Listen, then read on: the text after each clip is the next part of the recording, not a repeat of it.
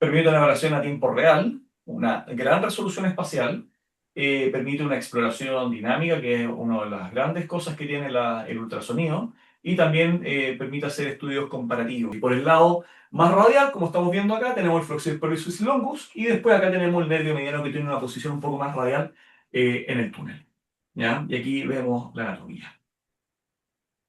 Y eso es importante, ¿por qué? Porque no pasa a través del túnel carpiano, por lo tanto, si hay compromiso sensitivo en el territorio de esta rama, uno tiene que pensar que es más bien un compromiso proximal.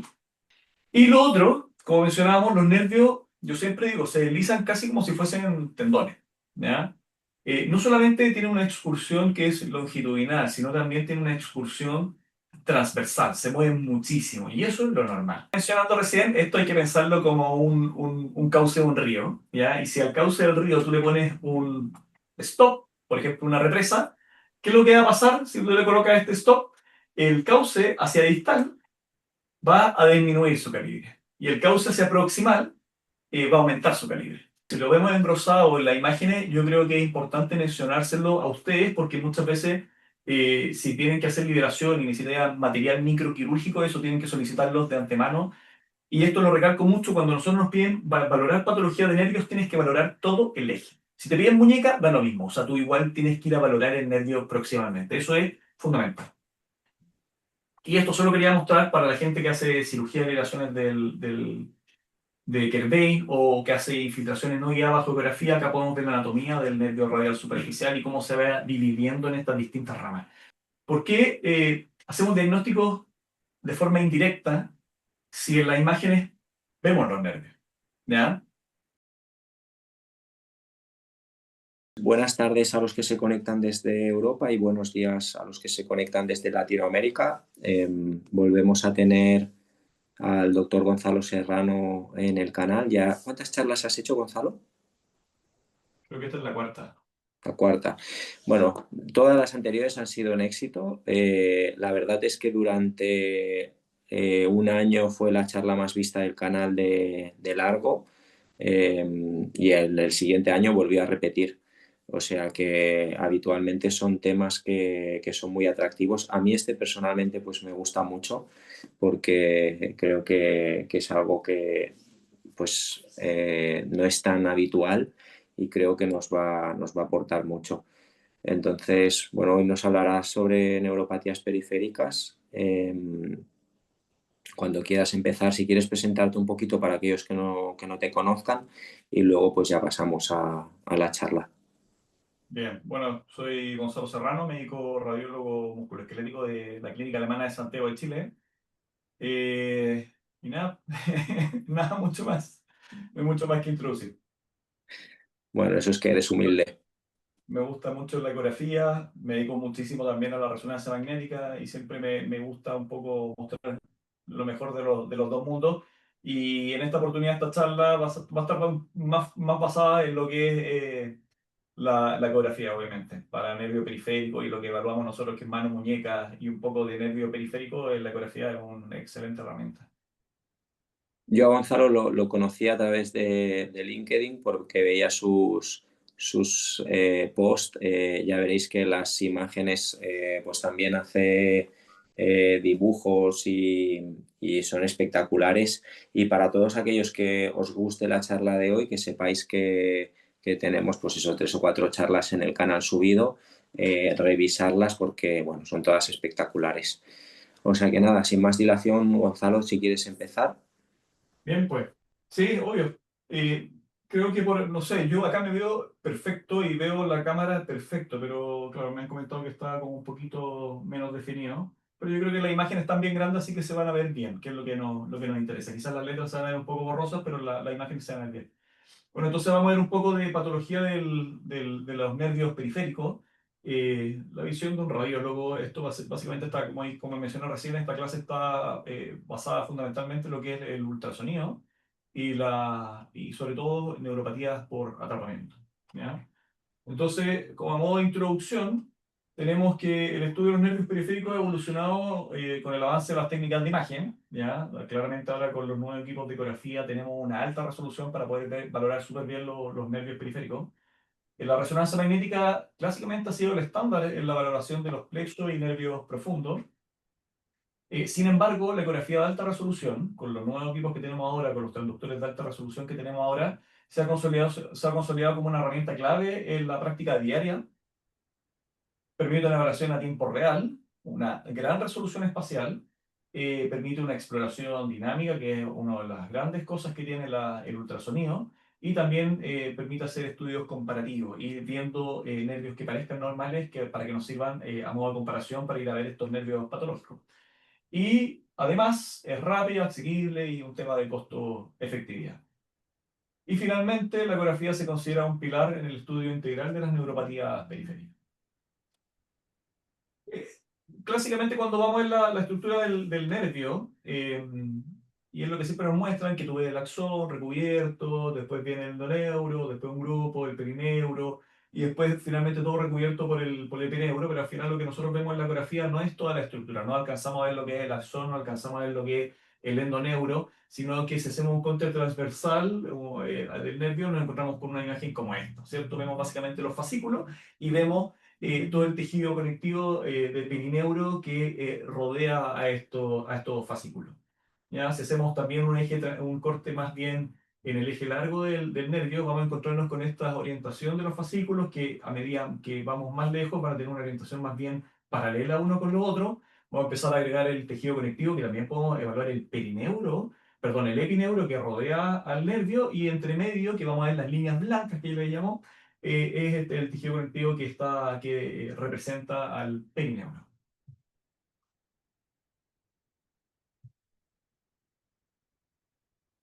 Y si vemos acá la anatomía del nervio, el clásico, ¿cierto? El que nos demuestra cómo vemos los nervios en la ecografía, el nervio mediano, como estamos viendo acá, que podemos evaluar esto, ¿cierto? Vemos un puntitos negros en este mar de puntitos blancos, ya como en imágenes sal y pimienta. Y en la periferia vamos a ver estas imágenes lineales ecogénicas que van a demarcar el nervio en su periferia, que es el tejido conectivo, el epineuro. Después ahí tenemos, como decíamos, los fascículos, que son, como mostramos todos estos puntitos negros, y después tenemos todas estas líneas blancas entre medio, que es el perineuro. Y en el eje largo vamos a ver básicamente lo mismo. Tenemos aquí el nervio nuevamente, una anatomía del nervio mediano, y vemos esto, ¿cierto? Tenemos nuevamente la imagen lineal en la periferia, los fascículos que los vemos negros, y todas estas imágenes blancas que representan el tejido conectivo interno del nervio. Y esta anatomía tiene que preservarse, especialmente cuando vemos lesiones, por ejemplo, que muchas veces podemos ver eh, eh, que se pierde este patrón de perineuro, y ya podemos entrar a clasificar las lesiones traumáticas del nervio. Y aquí lo que estamos viendo nuevamente. Y vamos a partir un poco por la parte del compartimento flexor, en la parte volar de la muñeca, porque vamos a entrar un poco a lo que es el tema del nervio mediano. Aquí tenemos distintas estructuras a este nivel, ¿cierto? Vamos a ir agregando los vasos, ¿cierto? Acá tenemos el flexor carpi radialis, después nos vamos al compartimento propiamente tal, al túnel carpiano, que tenemos el flexor pollicis longus, aquí tenemos el nervio mediano, tenemos los nervios, perdón, los tendones flexores, que están divididos en dos capas, superficial y profundo. Tenemos algunos tendones que son más superficiales, el más largo, el flexor carpi ulnaris, y por el lado ulnar tenemos la arteria y el nervio ulnar a ese nivel, ¿ya? Si vamos un poco a la anatomía del túnel del carpo, tenemos que tiene un piso que está conformado por los huesos del carpo, y tiene un techo que está conformado por el ligamento carpiano transverso o retináculo flexor. Esto después se divide en dos partes, que son los puntos de inserción, que tenemos un segmento proximal, que las paredes están formadas por el pisiforme, por el lado ulnar, y por el escafoides por el lado radial. Después tenemos un segmento distal, que las paredes están formadas por el gancho del ganchoso por el lado ulnar, y el tubérculo del trapecio por el lado radial. Y después tenemos una inserción lateral que tiene dos láminas, una lámina superficial que se inserta en el tubérculo del trapecio y escafoides, como mencionamos acá, y después tenemos una profunda que se inserta en el labio medial del surco del trapecio. Y el flexor carpi radialis pasa en el túnel formado por esta lámina superficial y profunda. Si nosotros lo llevamos a la imagen ecográfica, nos encontramos con algo como esto cuando valoramos el túnel carpiano. ¿Ya? Tenemos el canal de Bouillon por acá, tenemos los tendones flexores, como mencionábamos, que se disponen en tendones que son superficiales, y unos tendones que son más profundos. Y por el lado más radial, como estamos viendo acá, tenemos el flexor pollicis longus y después acá tenemos el nervio mediano que tiene una posición un poco más radial en el túnel. ¿Ya? Y aquí vemos la anatomía. Tenemos tendones que son los flexores superficiales y profundos, como mencionábamos recién, sobreposicionados en el lado más ulnar del túnel. Comparten una vaina sinovial común, ulnar, de mayor tamaño que la radial, que es del flexor pollicis longus.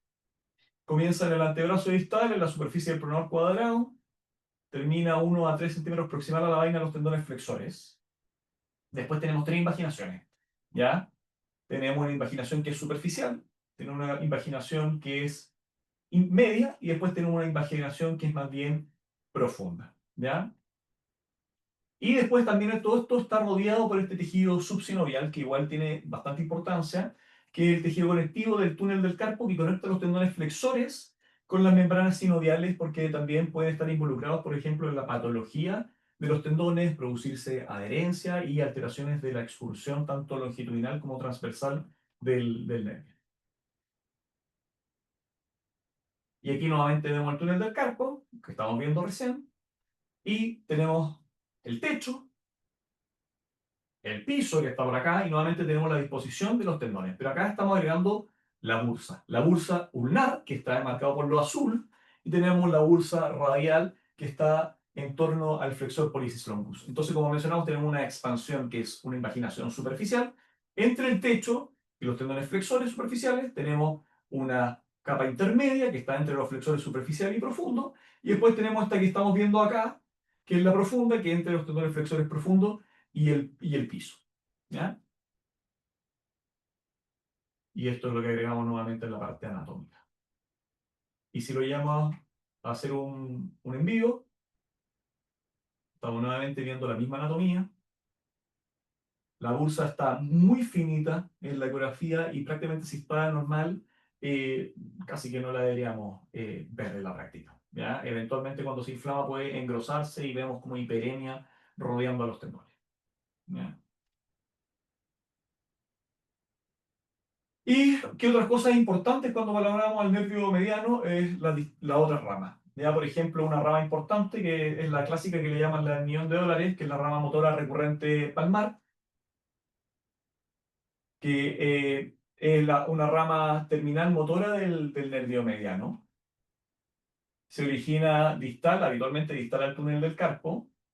Tiene un trayecto que puede ser extraligamentoso, subligamentoso o transligamentoso. O sea, es una rama que puede tener variantes. Y sobre todo nos interesan estas que pasan a través del ligamento. ¿Por qué? Porque es lo que van a liberar cuando hacen las liberaciones del nervio mediano. Por lo tanto, es muy importante cuando valoramos el nervio mediano, no solamente fijarnos en el nervio también, sino que ir a buscar estas ramas y tratar de encontrar estas variantes anatómicas. ¿Cierto?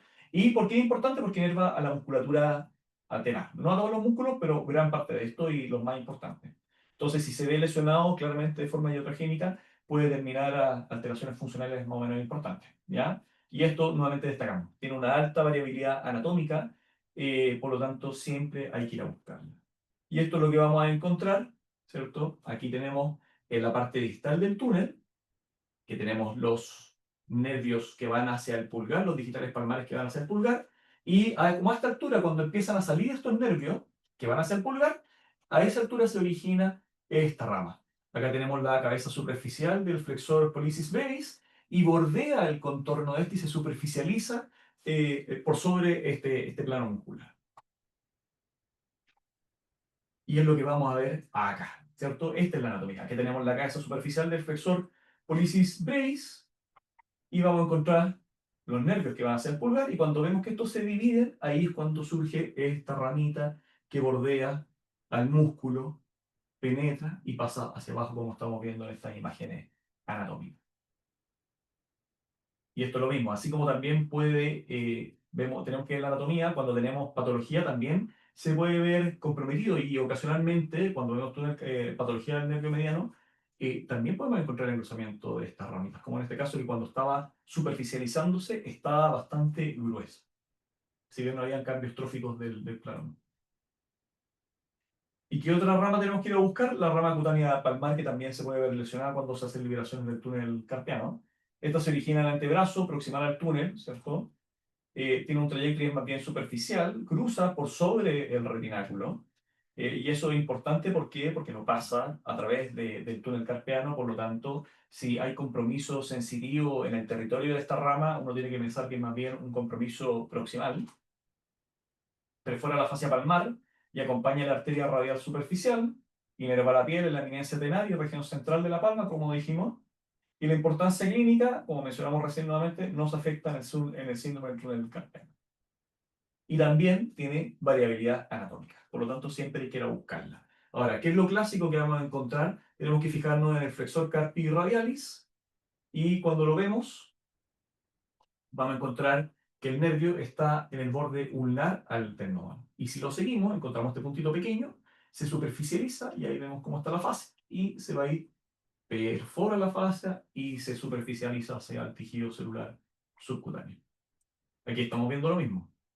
Acá con imagen anatómica vemos la fascia antebraquial, ubicamos el tendón y profundo la fascia y adyacente al borde ulnar del tendón vamos a encontrar esta ramita.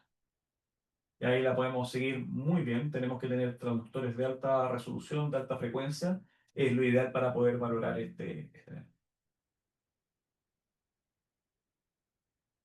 Y como mencionábamos antes también con la rama cutánea, la motora recurrente palmar, también se puede ver afectada. Y vamos a ver engrosamientos, como estamos viendo, justo cuando está perforando la fase. Y ahí podemos ver claramente esta especie como de pseudoneuroma a medida que iba penetrando la fase. Y como mencionamos también, hay variabilidad. Este es el lado radial, ese es el lado ulnar.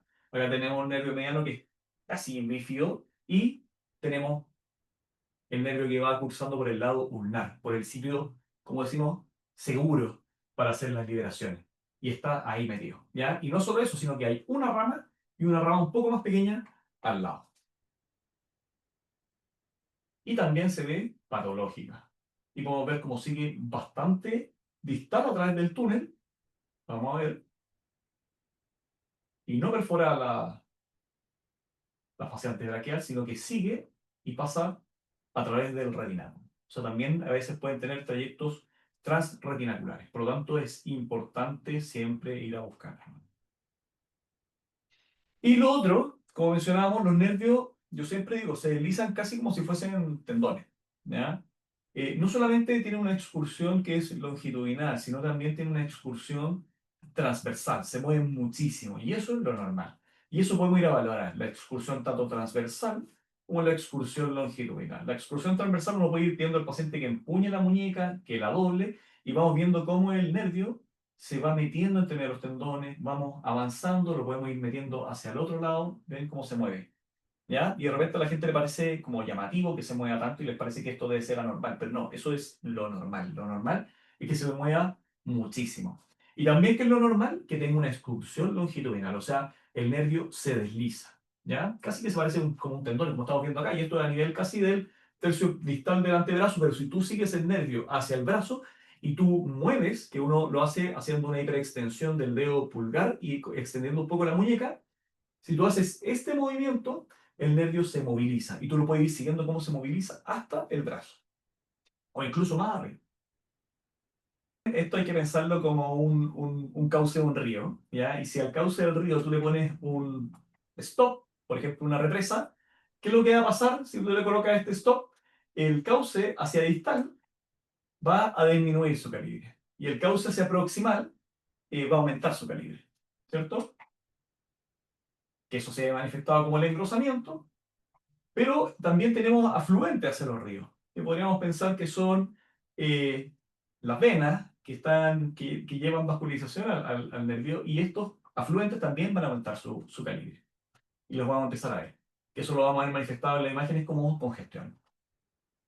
Y tenemos el cambio de calibre, que vendría siendo la represa, y después distal a esto tendríamos el aplanamiento. Y estos mismos hallazgos que uno vería en estos casos los puede llevar a las imágenes.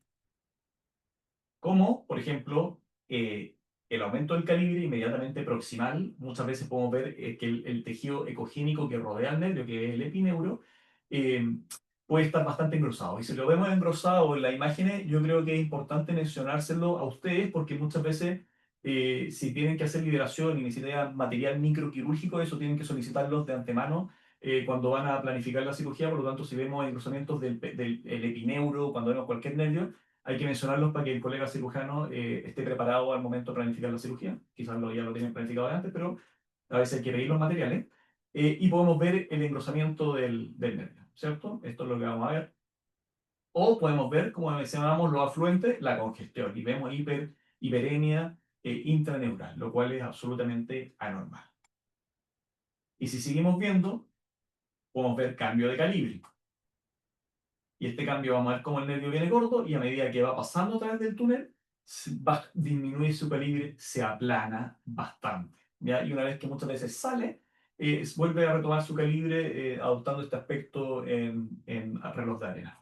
Y ya estamos viendo un poco lo que pasaba en la imagen que estábamos mostrando allá, que nosotros hacemos, cuando hacemos maniobra, se hace cierto este funnel, y nosotros podemos también utilizar esta especie de pruebas clínicas, llevarlo a las imágenes, y podemos también hacer maniobras de flexión de la muñeca y ver cómo el retináculo comprime al nervio. ¿Ya? Aquí ya vamos a ver acá. Acá está el retináculo que se ve engrosado. Aquí ya estamos viendo el cambio de calibre, pero podemos forzarlo incluso un poco más. Si lo llevamos a las imágenes dinámicas, nuevamente vemos lo mismo. Vemos ya que hay un cierto aplanamiento en este sector del nervio, hay un engrosamiento proximal, un engrosamiento distal del túnel, y vemos acá el retináculo que está grueso. Pero si hacemos un grado de flexión de la muñeca, vemos cómo el borde libre proximal del retináculo empieza a improntar el nervio y lo deforma. ¿Ya? Y aquí tú te imaginas, y esto es lo interesante de esto, que estas eh, elementos clínicos los podemos ver en tiempo real, viendo por dentro su manifestación imagenológica y fisiopatológica. Y aquí un poco más de lo mismo. Vemos nuevamente cómo el retináculo impronta y deforma a este nivel el nervio. Comprimido. Y como mencionamos, la excursión. Lo normal es que, como dijimos antes, que el nervio se mueva muchísimo. ¿Ya?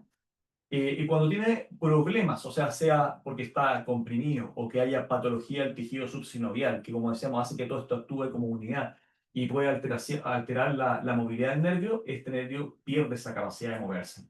Entonces, cuando hacemos la misma maniobra, miren, vemos que el nervio se queda quieto, pierde esa capacidad de excursión transversal que es súper significativa. Y cuando vemos las excursiones longitudinales, aquí estamos traccionando y el nervio, como veíamos antes, se deslizaba casi como un tendón y ahora está quieto, quieto, quieto. Eso es patológico. ¿Ya? Y nuevamente uno puede decir eso cuando hacemos la descripción. No solamente decir que el nervio está gordo y decir el área, sino que podemos mencionar todo esto hallazgo que hay una tanto la expulsión transversal como longitudinal, lo cual denota mayor gravedad de la patología. ¿Y qué pasa si esto queremos solucionarlo? ¿Y qué podríamos decir? Bueno, a los que les gustan los explosivos podemos decir, ya saben, tenemos esto que está, esta represa, quiero que se recupere nuevamente el flujo y por lo tanto la voy a dinamitar. ¿Ya? Pero ¿qué pasa si es que no fue suficiente y no volamos toda la represa, sino que nos quedó esto? Pasa lo que estamos viendo acá. ¿Ya? Que se puede ver de forma el flujo comprimido focalmente, ¿ya? Y eso determina una compresión bastante significativa si hay una liberación incompleta, y eso lo podemos ver. Y de hecho, clínicamente muchas veces estos pacientes andan muchísimo peor de lo que estaban antes de la cirugía cuando quedan parcialmente liberados. Y eso también lo podemos valorar en las imágenes, como en estos casos, aquí vemos el engrosamiento, y miren en la disminución del calibre, casi como desaparece el nervio, que lo estamos viendo acá, donde quedó una banda remanente en el tercio medio distal del túnel.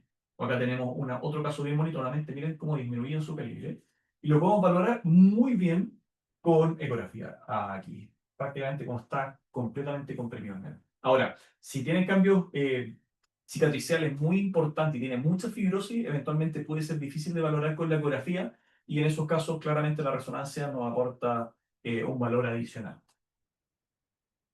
Pero no todo es nervio mediano a nivel de la muñeca, sino si bien es la estrella, también tenemos otros sitios de compresión y voy mostrando casos, no vamos a hacer mucho detalle. Esto es más bien atípico, pero también podemos tener patología y atrapamiento a nivel de variante anatómica con estos tubérculos supracondilios, con estos ligamentos de Struers, que podemos verlo acá, ahí está el nervio, y vemos cómo tanto el nervio como la arteria pasa por debajo de este ligamento y eventualmente se puede ver comprimido a ese nivel, que es lo mismo que estamos viendo en la imagen de acá, que tenemos el ligamento longitudinal y vemos como la arteria y el nervio siempre pasan por debajo. Así que siempre, y esto lo recalco mucho, cuando nosotros nos piden valorar patología de nervios, tienes que valorar todo el eje. Si te piden muñeca, da lo mismo. O sea, tú igual tienes que ir a valorar el nervio próximamente. Eso es fundamental. Y también vemos el tema que está mucho de moda, que es el tema del Lacertus. Eh, y acá en este video, que de hecho este es mi antebrazo, aquí está un poco el tema que me pasa con el Lacertus.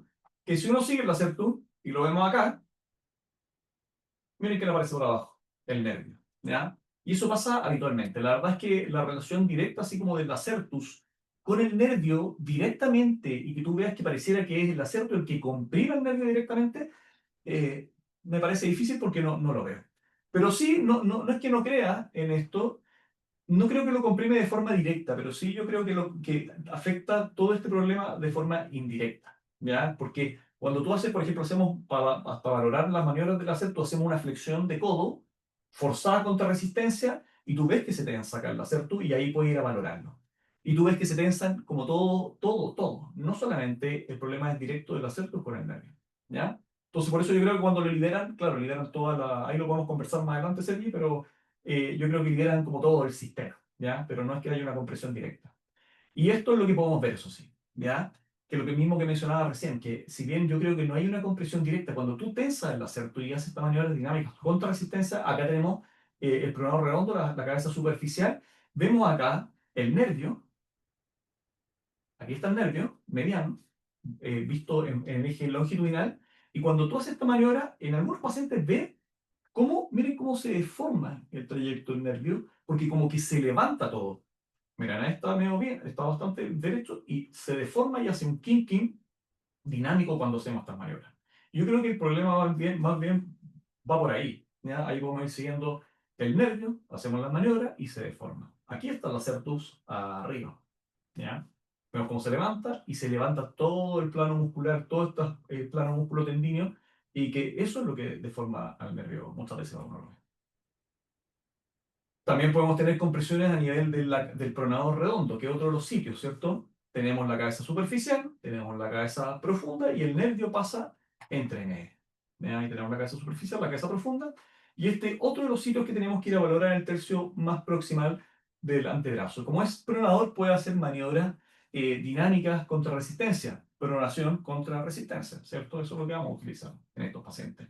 Y podemos ver esto, ¿ya? Y si lo llevamos al en vivo, eh, aquí uno también, como digo, cuando hacemos estas maniobras de pronación contra resistencia, yo le pido al paciente que lleve la palma hacia abajo y yo le pongo resistencia a esto, podemos ver veces cómo se producen estas leves deformaciones del trayecto del nervio entre las cabezas. Si lo vemos en el eje largo, vemos cómo a veces esto sube, siempre el plano pronóstico sube, y se forman estos como especie de kinking cuando se mete entre las cabezas. Vamos a ver uno que es mucho más llamativo.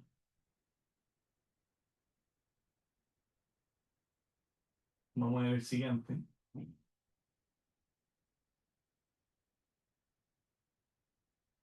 Como lo vemos acá, fíjense cómo hace como una Z el trayecto. Ahora, lo interesante de esto es que estos pacientes eran asintomáticos, pero no todo el mundo hace esto. Entonces yo creo que puede ser una condicionante para eventualmente en gente que haga de forma repetitiva movimientos deportistas, este tipo de condicionantes anatómicas eventualmente sí puede tener alguna importancia y que sea el gatillante final.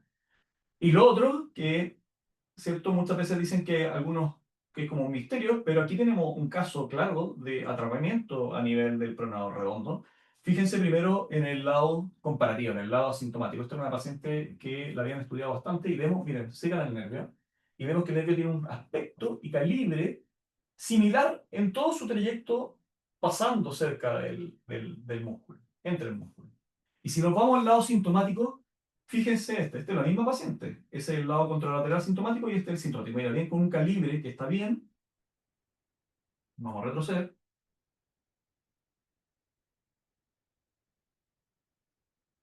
fíjense la morfología que adopta aplanada, se perdió el patrón fascicular y hay cambio de calibre cuando sale del plano muscular. Y no solo eso, sino que como mencionábamos antes, el nervio tiene una excursión, por lo tanto tú también puedes valorar la excursión de estos pacientes. Y lado asintomático, aspecto normal, miren el calibre, miren cómo preserva toda la estructura interna con el perineuro, los fascículos, versus el aspecto primero de este, que ya lo vemos aplanado, chato, y perdió un poco este patrón de perineuro, sino que vemos un nervio que está negro, ¿ya? Y cuando vemos la excursión, fíjense cómo se desliza el nervio, ¿ya? Fíjense cómo se desliza el nervio acá, prácticamente quieto. O sea, todas estas herramientas dinámicas que también tenemos con los nervios nos apoyan. O sea, si tú tienes ciertas dudas y dices, no estoy tan seguro si esto es patológico, esto te da el empujoncito final para creértelo allá con muchas veces. Y vamos a pasar a otra rama, porque tiene una rama muy importante el nervio mediano, que es el interocio anterior, ¿cierto? Que da inervación a lo que es sobre todo al flexor largo del pulgar, al borde radial de los flexores de lo profundo de los dedos. Y siempre cuando, muchas veces me preguntan que les muestre la anatomía, ¿cierto? Y aquí se ve espectacular. Miren cómo está el nervio, miren cómo se origina la rama. Y allá tenemos la arteria interocio anterior. Si nosotros vamos un poco más, también podemos ir siguiendo acá otra, la distinta estructura, ¿cierto? Tenemos el flexor carpi radialis, flexor superficial, el profundo, por allá tenemos el flexor pollicis longus, y entre medio de estos dos vamos a encontrar el nervio ahí al lado, yéndose hacia la arteria, ¿ya? Si queremos ir un poco más, podemos ir siguiéndola, vamos a ver las distintas estructuras, vamos a ver que a medida que se separa las distintas ramas de la arteria una, vamos a poder encontrar el nervio que sigue, va bajando y se dirige a su compañera la arteria. ¿Ya? Hermoso. Ahora, uno se toma todo el tiempo para identificar dónde se origina esta rama y apliquémoslo al caso real ahora. ¿Ya? Veamos si saber la anatomía de dónde se origina este nervio anterior nos ayuda en la práctica real. Y aquí tenemos un caso. Aquí tenemos la resonancia magnética, tenemos signos de enervación bastante subaguada, tardía, media crónica, con alta hipotrofia del plano muscular del flexor profundo. Allá tenemos los signos de denervación y bastante hipotrofia del flexor pollicis longus, o sea, tiene compromiso indirecto por el patrón de afectación muscular de compromiso del interocio anterior. Entonces, podemos verlo con la eco, y aquí vemos el nervio mediano, y fíjense en este fascículo, en el margen medial del nervio, cómo tiene este engrosamiento y un aspecto medio arrosariado, ¿cierto? Como si tuviese cambios de calibre. Claramente patológico, ¿ya? Lo interesante es que si ustedes se fijan en la anatomía de esto versus lo que estaba mostrando antes de origen del nervio, esto no es a esa altura, es proximal. Y es muchísimo más proximal. Y esto lo vemos acá, en la resonancia magnética, donde vemos el nervio mediano a este nivel, y si se fijan estamos a la altura del codo, incluso un poco sobre la línea articular del codo. Y si nos fijamos en este fascículo que estamos viendo acá, ese es el fascículo que después topográficamente va a dar origen al nervio interocio anterior más distal a nivel del antebrazo. Pero muchas de las afectaciones que vemos del interocio anterior en realidad son a nivel del codo o incluso un poco sobre el nivel del codo. Entonces hay que encontrar el nervio mediano, encontrar actualmente estas fibras mediales, que esas son las que están afectadas. Entonces hay que ir a buscar arriba y no tan abajo. Entonces conocer esta anatomía y dónde se origina el nervio interocio anterior tampoco es tan importante. Y bueno, ahí se puede discutir si esto va a tratamiento conservador o quirúrgico, hay literatura para todo. En este caso, esta paciente se operó y de a poco fue recuperando la capacidad de doblar el dedo pulgar y pues se recuperó bastante bien. Y también podemos hacer el camino largo, viendo en la ecografía los mismos hallazgos que vemos en la resonancia, la hipotrofia, signos de infiltración grasa, un poco de edema del pronador cuadrado. Vamos al flexor pollicis longus con hipotrofia, aspecto ecogénico. Cuando uno hace el estudio comparativo es bien marcada la diferencia. El flexor pollicis longus, o sea, ya tenemos dos.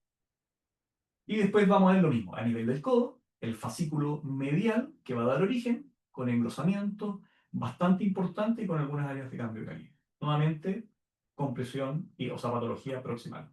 Esto está muy relacionado con muy parecida a la fisiopatología con el Parsonage-Turner como subcomotriz. Y después tenemos algunas, vamos a ir viendo rápidamente otras ramitas.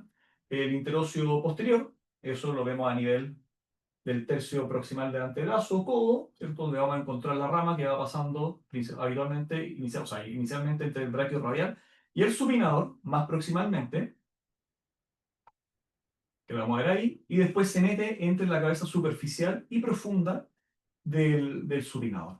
Y es a nivel de este borde aponeurótico que es donde se va a producir la patología. Y es lo que tenemos que ir a valorar. Esa imagen blanca que vemos acá es la que nos interesa y tenemos que ir a valorar. Y es normal, en este caso es patológico, pero es normal que el nervio venga con un calibre y que cuando se meta el músculo disminuya ese calibre. Pero ese cambio de calibre tiene que ser suave, tiene que ser una transición muy suave, no tiene que ser brusco. Y después, cuando lo vemos a nivel de este como túnel supinador entre la cabeza superficial y profunda, vamos a encontrar el nervio que ya tú vas viendo que se va dividiendo en estas distintas ramas terminales. Y eso es lo que tenemos que ir a valorar. Si vamos a ver la anatomía, vamos a encontrar el superficial y el profundo, y podemos ir viendo perfectamente cómo se dividen y vamos a ir siguiendo esta ramita que se va a dirigir hacia el supinador. ¿Y qué es lo que vamos a ver? Cambios de calibre, como vemos acá. A veces pueden ser bastante impresionantes, como en este caso, que vemos un cambio de calibre bien impresionante, con marcado engrosamiento proximal, acá lo estamos viendo en el eje longitudinal, pero otras veces, como ya me dije antes, pueden ser bastante sutiles, como era este, que de hecho esta paciente ya tenía una ecografía previa, y vemos el cambio de calibre, vemos que hay un leve engrosamiento proximal hipodecogénico proximal a la arcada de Froese. Y esta paciente, obviamente, cuando tú le haces maniobras dinámicas, nuevamente maniobras de estrés, supinador, supinación contra resistencia, vamos a ver esto. Centrémonos primero en esta imagen de acá, que vemos el nervio en el eje longitudinal, vemos el borde libre proximal y vemos cómo se impronta levemente en el lado contralateral asintomático, pero cuando hacemos las maniobras dinámicas a este nivel, fíjense cómo se deforma completamente el nervio. Y vemos que el borde aponeurótico baja y deforma y determina un kink. Nuevamente, si tenía alguna duda, en este caso que no era tan marcada la neuropatía, estos hallazgos dinámicos nos apoyan y nos empujan hacia la patología. Y esto solo quería mostrar para la gente que hace cirugía de elevaciones de Kerbein o que hace infiltraciones no guiadas bajo ecografía. Acá podemos ver la anatomía del nervio radial superficial y cómo se va dividiendo en estas distintas ramas. Uno tendría a pensar que es como un nervio, pero tú vas viendo que este nervio se va dividiendo en las distintas ramas terminales que van hacia el borde radial, ulnar del pulgar, al borde radial del índice, al borde radial del dedo medio. Y aquí, ya que veíamos las dos ramas, aquí estamos esta, después sería una rezagada, que es la que más distal. Acá estamos viendo que las primeras ya cruzaron y después vemos que esta se divide, una que va para el pulgar también, y cruzan mucho más distal. Entonces, siempre tener un apoyo gráfico para hacer estos tipos de cosas puede ser bastante útil. Y yo creo que vamos a ir avanzando porque estamos bien avanzados en tiempo. Vamos a ir avanzando el nervio ulnar, que es un poco lo mismo, que también tiene una excursión tanto transversal como longitudinal. Entonces tenemos que hacer valoraciones dinámicas y cuando hacemos para la excursión hacemos este movimiento. Hacemos una hiperextensión de la muñeca, pero tirando el dedo anular y el meñique. Y podemos valorar la excursión. Porque cuando hay patología, y sobre todo en este caso, por ejemplo, que había una inestabilidad en el nervio, se luxaba, después el nervio tiene que volver a meterse entre esta arcada aponeurótica que estamos viendo acá, que es una arcada aponeurótica entre las cabezas del flexor cubital del carpo, y hace muchas veces estos kicking que son brutales. Y cuando tú valoras, en este caso normal, ves cómo también la excursión longitudinal puede verse restringida. Como en este caso, que el nervio está, nuevamente, no se mueve. Por lo tanto, uno no solamente dice hay signos de neuropatía, hay una inestabilidad con una luxación anterior del tendón, sino que también hay una restricción significativa de la excursión longitudinal de este. Esto lo vamos a pasar rápido. Y para terminar la presentación, quería dejar un último mensaje, y este último mensaje lo voy a graficar en un caso clínico, sobre todo para mis colegas musculoesqueléticos, radiólogos musculoesqueléticos que pueden estar viendo esta presentación. vamos a mostrar esto, ¿ya? Bueno, para usted también, porque los de mano muñeca también hacen plexo, entonces este caso también puede ser interesante. Y aquí vemos un hombro, ¿ya? ¿Y qué es lo que vemos en este hombro?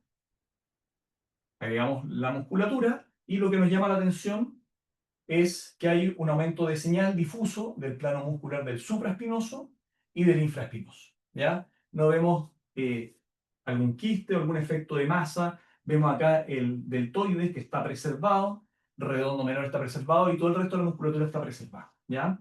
Entonces, ante esto, quizá el 98% de los radiólogos musculoesqueléticos, y cómo informarían este examen, nos informarían cómo hay una alteración de señal o una señal tipo edema símil o edema-like del músculo supraespinoso e infraespinoso, que es territorio del nervio supraescapular y probablemente pueden estar representando fenómenos de denervación subaguda. ¿Ya?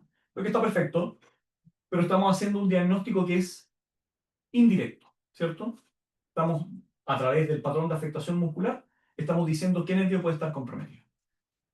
Llevamos a este paciente, aquí tenemos dos imágenes más, que los podemos ver, vamos a retroceder. Nuevamente aquí vemos exactamente lo mismo, deltoides, los músculos que están comprometidos. Nuevamente lo mismo, edema de tal y tal músculo que corresponde al territorio supraescapular, signos de denervación subaguda. Veamos la resonancia, o sea, el plexo braquial.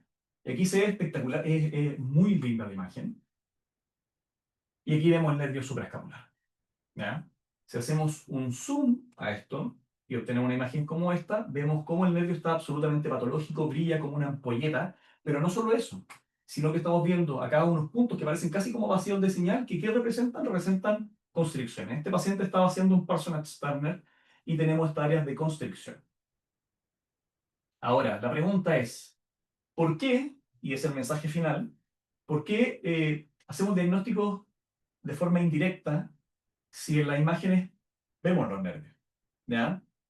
Y si volvemos y vemos nuevamente estas imágenes, los nervios los podemos ver y este es un protocolo de hombro convencional, es el protocolo de hombro normal. ¿Y qué vemos acá?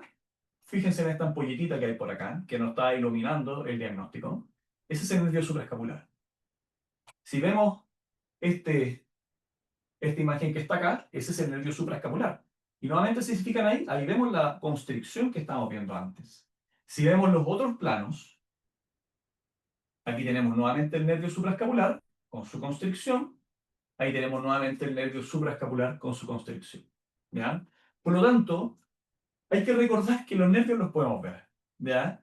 Y en las resonancias con protocolos normales, no es necesario ni siquiera hacer una neurografía, podemos valorar todos estos nervios. Y hay que ir a verlos. Porque en este caso, en vez de decir de forma indirecta que había signos de nervación del supraescapular y decimos que el nervio está afectado de forma indirecta, el diagnóstico era, hay una neuropatía del nervio supraescapular en su segmento proximal, hasta todo su segmento proximal evaluable, con imágenes sugerentes de constricciones que están determinando de forma secundaria denervación del supraespinoso e infraespinoso. Y esa descripción y ese diagnóstico lo podíamos hacer con una resonancia convencional de hombre. Ahora la pregunta, ¿esto lo podemos valorar con ecografía también? Bueno, veámoslo. Aquí vemos la imagen del plexo braquial, vemos el tronco superior, y nosotros sabemos que del tronco superior vamos a ver que sale el nervio supraescapular, y lo podemos seguir bastante bien en la mayoría de los pacientes. Un dato que uno puede dar para poder valorarlo, si tú quieres seguirlo lo más distal posible, yo lo que le hago muchas veces, le meto el dedo acá al paciente y le empujo todas las partes blandas hacia atrás, y con eso tú logras empujar un poco el nervio hacia atrás y lo logras exponer un poquito más. Y si vemos esto, ya con esto termino, vemos acá el nervio supraescapular y ahí vemos la área de constricción, esta área de cambio de calibre brusco, que se podía ver perfectamente bien en la ecografía y el diagnóstico hecho lo hicimos de forma prospectiva con la ecografía, la neuropatía del supraescapular con una constricción. Y si esto lo llama la resonancia, nuevamente, este caso, y aquí vemos el correlato entre el plexo braquial, vemos que parece casi como desaparece la señal y aquí veamos exactamente lo mismo en la ecografía, ahí está el nervio, con el cambio de calibre. Así que eso, Sergi. Con eso termino la presentación. Perfecto, Gonzalo. Pues nada, un tema la verdad que muy interesante. Recordaros a todos que si queréis dejar algunas preguntas en el chat, pues podéis ir dejándolas. iremos haciendo discusiones. Eh, a ver, a mí me parece interesante algo que, bueno, has podido aportar y que a lo mejor no está en conocimiento de todo el mundo, que es el tema del deslizamiento tendinoso, ¿no? Del deslizamiento nervioso. Es algo que creo que es importante, al final es en lo que se basa la mayoría de la neurodinamia y que es un signo indirecto que a muchos cirujanos pues nos da información acerca de que ese nervio es patológico, ¿no? Yo un poco para explicarte el punto de vista de los cirujanos, para que también nos entiendas, la mayoría de los cirujanos cuando operan neuropatías periféricas se basan básicamente en el electromiograma, ¿no? En la velocidad de conducción sensitiva o si hay alteraciones motoras en aquellos nervios que sean mixtos. ¿Cuál es el problema que muchas veces nos encontramos? Que hay muchos pacientes que vienen a nuestras consultas que tienen electromiogramas afectos, pero todavía considerados con compresiones leves, moderadas o incluso con electromiogramas normales, pero que los pacientes nos explican que tienen clínica, ¿no? Y en esos casos, pues muchas veces son compresiones dinámicas que, pues como tú muy bien nos has enseñado, a lo mejor el nervio no tiene una compresión estática, pero sí en algunas posiciones el paciente empeora y hay signos ecográficos que empeoran. Entonces, por eso creo que has dado muchas perlas de cómo ver neuropatías periféricas que, digamos, probablemente en un electromiograma se clasificarían como leves, moderadas o incluso en algunos pacientes normales. No sé si tú tienes acceso a esa información y si has podido ver, has podido contrastar la información que nos has compartido con hallazgos en los electromiogramas. Sí, yo no, a veces no, si el paciente me lo trae, lo reviso, pero no, habitualmente cuando hago el examen me guío más por la parte clínica y por lo que veo en la imagen. Pues esto es un poco el pan de cada día para nosotros. Muchos pacientes que tienen, por ejemplo, eh, una clínica de algoparesia cubital, que los pacientes, por ejemplo, empeoran mucho en flexión del codo, o algunos pacientes que tienen snapping y que te vienen con electromiogramas normales y algunos incluso con atrofia muscular, ¿no? O sea, que es una afectación de cierta entidad. Eh, y a raíz de pues que últimamente ya es mucho más sencillo tener ecografías en la consulta, puedes ver eso, ¿no? Que tienen un deslizamiento nervioso menor y luego realmente cuando los operas, esos pacientes mejoran, ¿eh?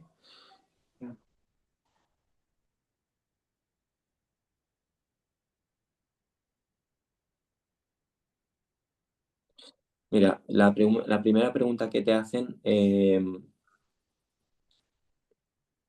bueno, hay varias preguntas. Porque estoy viendo una secuela de un engrosamiento inmediatamente distal al retináculo. Por ejemplo, si quieres empezar. Sí, no, claramente. O sea, cuando uno valora el nervio mediano en el túnel carpiano, tienes que evaluarlo completamente. ¿Ya? Y muchas veces ves que el engrosamiento incluso es más bien a la salida. ¿Ya? Entonces, es importante no solo quedarse con la entrada, sino que tienes que ir a la salida. Y a veces en la salida es donde se ve más patológico. Y eso se ve con, no digo que es lo más frecuente, pero se ve con cierta frecuencia. Así que lo importante es hay que ir a buscarlo entero. Y como mencioné durante la presentación, hay que ir a buscar todo el eje, o sea, no solamente quedarte con el túnel, sino que yo también le hago una revisada hacia arriba. Gonzalo, ¿has tenido la oportunidad de poder controlar ecográficamente los pacientes después de las cirugías de liberación del túnel carpiano? ¿Cuánto tiempo crees que tarda en normalizarse ese diámetro del nervio? Buena pregunta. No sé, la verdad es que no lo sé, porque me pasa muchas veces que no sé si se normaliza del todo. Tengo la impresión por todos los exámenes que he hecho y todos los controles que he hecho postquirúrgicos, que el nervio siempre queda medio un poco grueso. Entonces, en esos pacientes que quedan un poco gruesos, me fundamento mucho en todos los elementos secundarios que mostré, Sergi. En la presencia de hiperemia, en el deslizamiento, que muchas veces se recupera, eso sí, recuperan la capacidad de expulsión del nervio, pero el nervio para mí muchas veces queda engrosado. Entonces, Total, no sé si lo recupera del todo. sí, totalmente de acuerdo. Me parece. Y sabes que sobre eso hay muy poca literatura, Sí, porque sí que sirve como diagnóstico preoperatorio, pero no como seguimiento. Y creo que es algo que debería estar reflejado en la literatura, porque así como se utiliza como diagnóstico preoperatorio, claro, la mayoría de los pacientes van bien, pero en aquellos pacientes que no van bien, claro, tenemos un problema, porque si se ha liberado el retináculo, tú ves que el retináculo está completamente liberado, pero no disminuye ese diámetro. Hostia, nunca sabes si son secuelas del paciente o si ha pasado algo que no ha ido del todo bien. Eh, lo que sí mejora, por ejemplo, el nervio siempre queda medio gordo, pero sí el cambio de calibre o el kinking, eso sí mejora, eso sí mejora. Pues como que tú ves que es un nervio gordo, pero sin áreas de cambio de calibre. Entonces, como digo, tú vas a buscar todas esas cosas cuando valora a estos pacientes, porque sabes que el nervio queda engrosado. Entonces, ves si hay un nuevo cambio de calibre, eh, si es que tiene hiperemia, si es que perdió la capacidad de excursión, entonces uno hace mucho estudio dinámico para ver si es que se moviliza proximal o a nivel del túnel. Como te digo, si bien es difícil y teóricamente te puede complicar porque uno debería esperar que el nervio normalice su calibre, tienes todos estos demás elementos adicionales que te ayudan a decir si eso está bien o no está tan bien.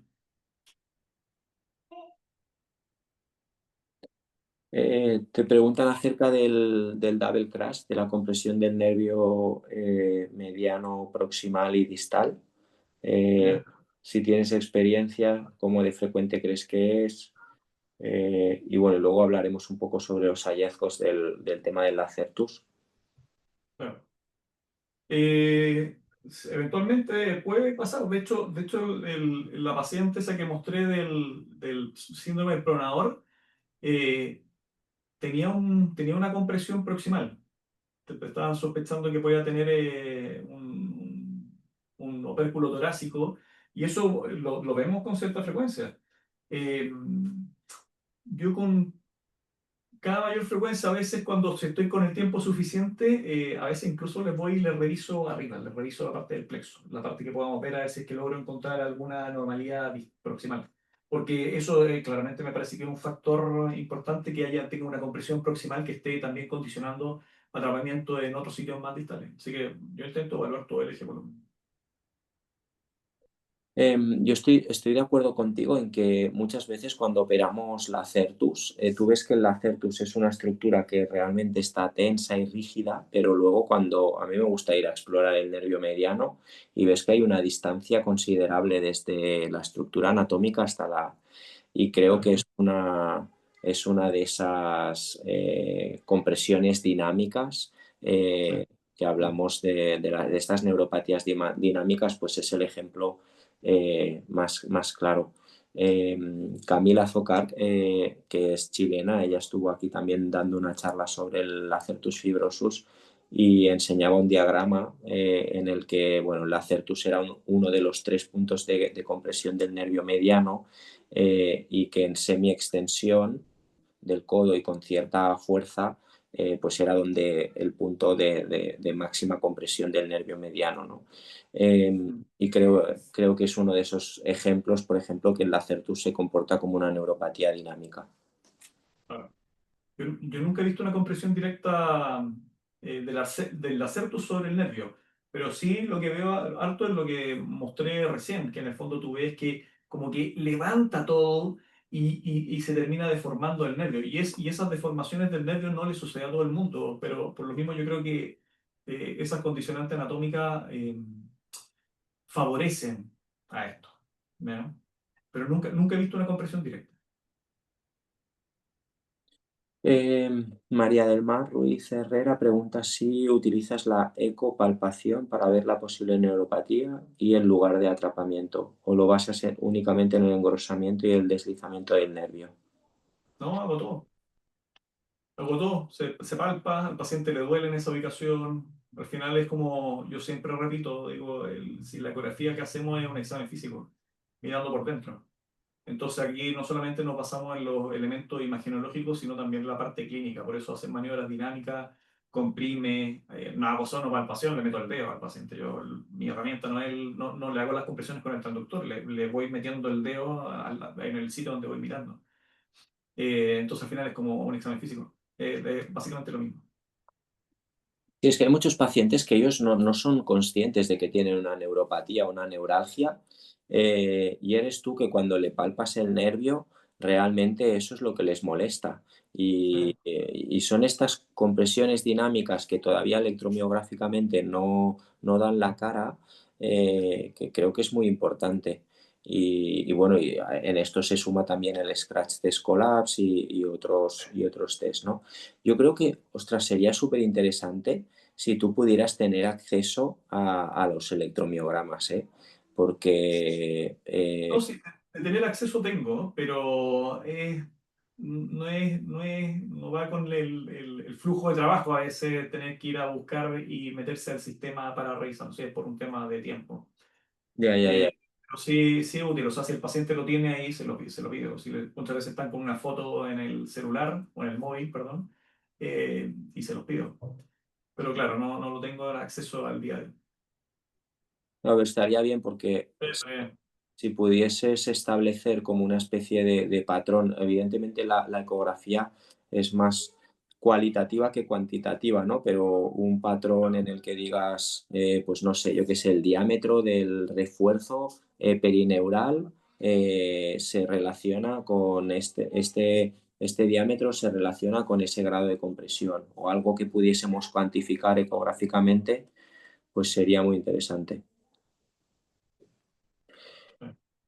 Bernardo Medellín te pregunta si has visto, tras una liberación de Kerbein, eh, empeoramientos de la rama sensitiva del radial o incluso de un Bartenberg.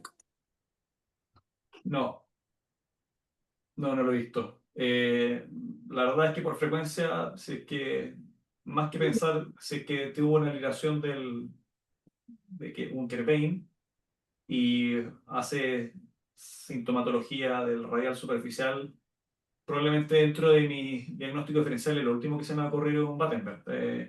Probablemente voy a ir a ver si es que lesionaron la rama de forma iatrogénica, que es probablemente lo más frecuente. Y para eso tú puedes valorar súper bien las ramitas superficiales del nervio radial.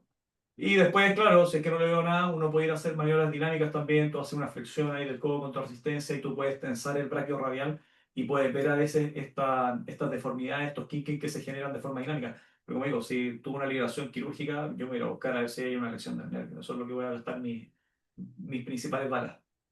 Sí, justamente eso te preguntaba Marcos Saavedra, ¿no? Que cómo de común era, después de una liberación de un Deckerbein, las lesiones de la rama superficial del nervio radial, si lo veías. No muy frecuente, ¿eh? Yo veo poco. Bueno, nosotros trabajamos con subespecialistas que es de gran nivel, entonces lo vemos poco, lo vemos muy poco. Sí, de hecho, la mayoría de las lesiones de ramas superficiales las veo más que nada en venopunciones y traumas de los pacientes, que se ven con cierta frecuencia, ¿eh? Y por eso me encanta mostrar la anatomía que mostraba antes, porque tú ves y te dice el paciente exactamente, tú sabes exactamente el lugar donde tiene dormido, donde tiene la sintomatología, porque tú puedes seguir cada rama de forma individual. Ujú. Eh, Puedes seguir las ramas de forma individual. Entonces, no es muy frecuente en mi medio, por lo menos. Hombre, yo he visto varias lesiones graves, tanto en arteriografías como en Sí. procedimientos de cirugía vascular, de lesiones nerviosas. Eh, Supongo que porque a lo mejor pues, no están tan habituados al tema neurológico, pero sí que, bueno, relacionados en el entorno a arteriografías, varias lesiones nerviosas, sí que he tenido esa mala experiencia. Eh, Robinson Mantilla te pregunta acerca de cuál es tu opinión acerca de la elastografía para evaluar las compresiones nerviosas. No, no le puedo responder porque no tengo ninguna experiencia en elastografía, ninguna.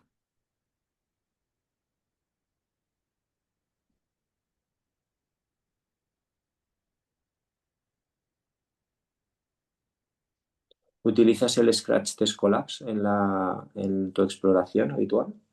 Sí, sí. Sí, pasa lo mismo, nos pasa lo mismo a uno que es lo típico que te muestran, que tú se lo haces a los pacientes y quedan así todos como maravillados, se ríen y tú te ríes y el paciente se ríe. Así que sí, lo hago, lo hago. Por ahí tengo un video en una de las clases, la de codo creo, que mostré el Scratch Club Test que hice, lo intento hacer, sí. Muy bien, Gonzalo, pues nada, ¿desde cuándo has empezado a hacer las clases en este modo como hombre del tiempo? Como un año. ¿Está bien? Pues no. Espectacular, ¿eh? Lo tuyo ya es otro nivel. Eh, Continúo pensando que no sé cuál es el motivo por el que te he estado grabando a través del móvil un buen rato y se Y veía... se ve mejor en el móvil que acá. Sí. Es Entonces, raro porque yo me estoy viendo en la proyección que tengo acá de la cámara y se ve, yo me veo bien. No sé qué pasó porque no tengo ni desenfocado nada ni nada. ¿Eh? tengo la esperanza de que cuando descargue la grabación se vea bien. Tengo la esperanza, ¿eh? Porque igual es un problema de sincronización, no lo sé. Pero al ojo humano yo por lo menos lo veo no nítido, sin embargo a través del móvil lo veía bastante mejor y tengo la esperanza de que en la grabación se vea bien. Bueno, veremos. Ahí veremos. Bueno, nada, Gonzalo, de nuevo muchas gracias. Siempre dispuesto tienes tiempo para poder compartir con nosotros. Te felicito. Tu trabajo es espectacular y nada, solo me llegan buenas referencias tuyas, ¿eh? Todo el mundo que me habla de ti siempre es, tienes que seguir a este tío que es un crack tal y le digo, no, no, por suerte ya lo sigo ya. No, muchas gracias, Sergi. Bueno, tú sabes, pues, cuando necesites, ahí estamos. El año que viene voy a ir a Chile. Ya Ah, está sí. confirmado, sí, para el Congreso. Creo que es para final de año, en noviembre o así. O sea que ojalá que nos podamos ver y así te conozco físicamente. No, seguro, para ahí nos coordinamos y nos juntamos. Muy bien. Seguro. Un abrazo grande, Gonzalo. Gracias a toda la gente que asistió también, a los que se conectaron. Que vaya muy bien. Cuídate. Chao, un gusto.